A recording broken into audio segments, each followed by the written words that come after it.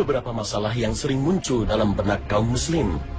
Misalnya, Al-Quran yang diturunkan dalam bahasa Arab. Jika Al-Quran diturunkan untuk seluruh umat manusia, mengapa harus berbahasa Arab? Selain itu, Allah Subhanahu wa Ta'ala memerintahkan agar menjadikan setan sebagai musuh utama kita. Jika demikian, untuk apa makhluk penggoda ini diciptakan? Bagaimana pula dengan hewan babi, hewan yang kotor, jorok, dan haram untuk dimakan dagingnya? Jika demikian, lalu untuk apa diciptakan? Pemirsa, semua ini akan tersaji dalam episode Bila dan Mengapa Khazanah pagi ini.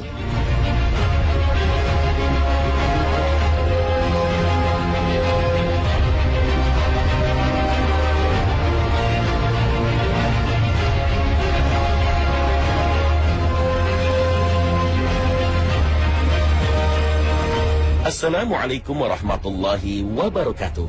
Selamat pagi pemirsa Trans 7. Khazanah, ensiklopedia Islam dunia, pagi ini kembali hadir ke hadapan Anda untuk berbagi informasi Islami. Semoga menginspirasi dan menjadi motivasi aktivitas Anda hari ini. Setiap muslim pasti tahu bahwa makan daging babi adalah haram. Tidak hanya sekali Al-Quran melarangnya, tetapi berkali-kali. Misalnya firman Allah, sesungguhnya Allah hanya mengharamkan bagimu bangkai, darah, daging babi, dan binatang yang ketika disembelih disebut nama selain Allah. Al-Quran Surah Al-Baqarah ayat 173. Juga firman dalam surat Al-Ma'idah ayat 3 dan surah Al-An'am ayat 145. Tidak hanya dalam Al-Quran, dalam kitab-kitab terdahulu, daging babi juga diharamkan. Jika demikian halnya, lalu mengapa babi diciptakan? Sebagai muslim, jika kita diperintahkan oleh Allah untuk melakukan sesuatu atau meninggalkannya, maka kita harus tunduk dan patuh, sembari meyakini bahwa perintah tersebut pasti mengandung hikmah besar, meskipun kita belum mengetahuinya. Namun di waktu sama, kita juga dianjurkan untuk berpikir, merenungkan hikmah yang tersembunyi di balik ayat-ayat Allah. Di samping itu, kita juga harus yakin bahwa tidak satupun dari ciptaan Allah Subhanahu wa Ta'ala yang sia-sia. Meski mungkin saja belum tersingkap sama sekali apa manfaat dan kegunaannya. Setiap makhluk di semesta ini punya tugas masing-masing. Bahkan setiap partikel terkecil di kosmos ini punya fungsi tersendiri. Artinya, tidak ada makhluk di alam ini kecuali punya misi yang sedang mereka jalani. Terkait dengan hikmah penciptaan babi, banyak analisa yang diberikan oleh para ulama atau pemikir terkait dengan hikmah mengapa babi diciptakan kemudian diharamkan. Di antaranya untuk menguji manusia. Allah terkadang menciptakan sesuatu sebagai bahan ujian bagi manusia, apakah akan patuh ataukah melanggarnya. Seperti halnya babi, jika orang memakannya, maka ia telah gagal dalam menghadapi ujian tersebut. Namun jika ia berhasil menghindari larangan itu dengan tidak memakannya, berarti ia telah lulus akan ujian yang telah Allah berikan. Allah Subhanahu wa Ta'ala telah berfirman, Dialah Allah yang menciptakan mati dan hidup untuk menguji kalian. Siapakah di antara kalian yang paling baik amalnya? Al-Quran Surah Al-Mulk ayat 2. Babi juga diciptakan agar menjadi pembelajaran bagi kita agar tidak mengikuti tabiatnya. Lihatlah cara hidupnya. Babi lebih senang berada di lingkungan yang kotor.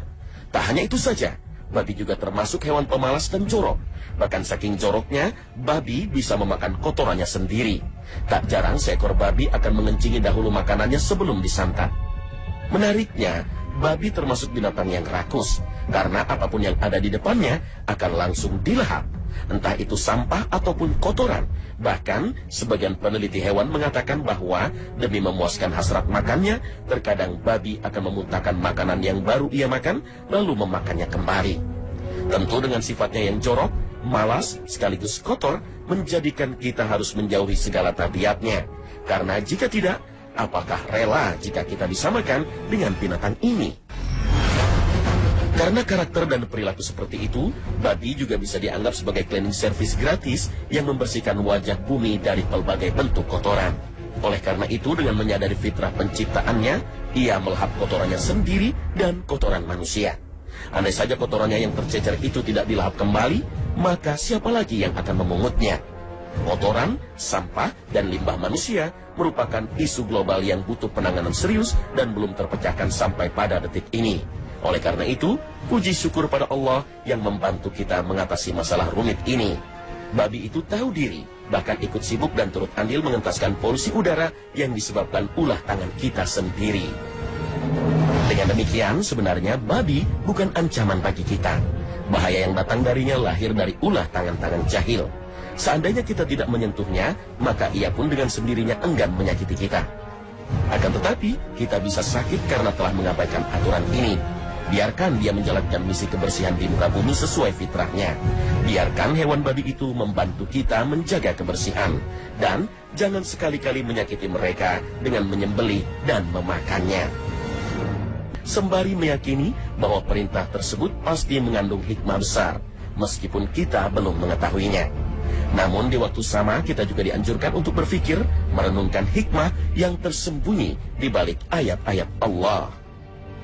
Di samping itu kita juga harus yakin bahwa tidak satupun dari ciptaan Allah Subhanahu wa Ta'ala yang sia-sia.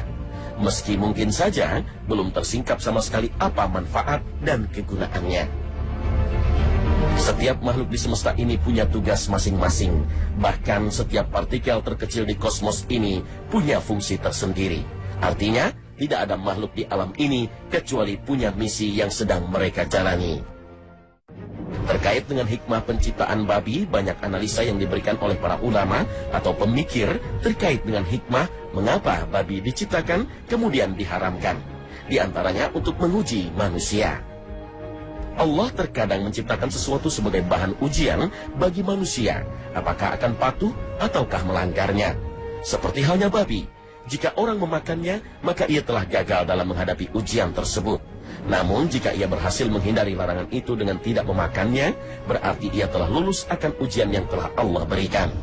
Allah Subhanahu wa Ta'ala telah berfirman, "Dialah Allah yang menciptakan mati dan hidup untuk menguji kalian. Siapakah di antara kalian yang paling baik amalnya?" Al-Quran Surah Al-Mulk ayat 2. Babi juga diciptakan agar menjadi pembelajaran bagi kita agar tidak mengikuti tabiatnya. Lihatlah cara hidupnya. Babi lebih senang berada di lingkungan yang kotor. Tak hanya itu saja, babi juga termasuk hewan pemalas dan jorok. Bahkan saking joroknya, babi bisa memakan kotorannya sendiri. Tak jarang seekor babi akan mengencingi dahulu makanannya sebelum disantap.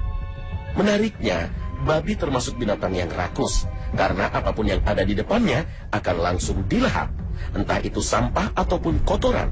Bahkan, sebagian peneliti hewan mengatakan bahwa demi memuaskan hasrat makannya, terkadang babi akan memuntahkan makanan yang baru ia makan, lalu memakannya kembali. Tentu dengan sifatnya yang jorok, malas, sekaligus kotor, menjadikan kita harus menjauhi segala tabiatnya. Karena jika tidak, apakah rela jika kita disamakan dengan binatang ini? Karena karakter dan perilaku seperti itu, babi juga bisa dianggap sebagai cleaning service gratis yang membersihkan wajah bumi dari pelbagai bentuk kotoran. Oleh karena itu, dengan menyadari fitrah penciptaannya, ia melahap kotorannya sendiri dan kotoran manusia. Andai saja kotorannya yang tercecer itu tidak dilahap kembali, maka siapa lagi yang akan memungutnya? Kotoran, sampah, dan limbah manusia merupakan isu global yang butuh penanganan serius dan belum terpecahkan sampai pada detik ini. Oleh karena itu, puji syukur pada Allah yang membantu kita mengatasi masalah rumit ini. Babi itu tahu diri, bahkan ikut sibuk dan turut andil mengentaskan polusi udara yang disebabkan ulah tangan kita sendiri. Dengan demikian, sebenarnya babi bukan ancaman bagi kita. Bahaya yang datang darinya lahir dari ulah tangan-tangan jahil. Seandainya kita tidak menyentuhnya, maka ia pun dengan sendirinya enggan menyakiti kita. Akan tetapi, kita bisa sakit karena telah mengabaikan aturan ini. Biarkan dia menjalankan misi kebersihan di muka bumi sesuai fitrahnya. Biarkan hewan babi itu membantu kita menjaga kebersihan. Dan jangan sekali-kali menyakiti mereka dengan menyembelih dan memakannya.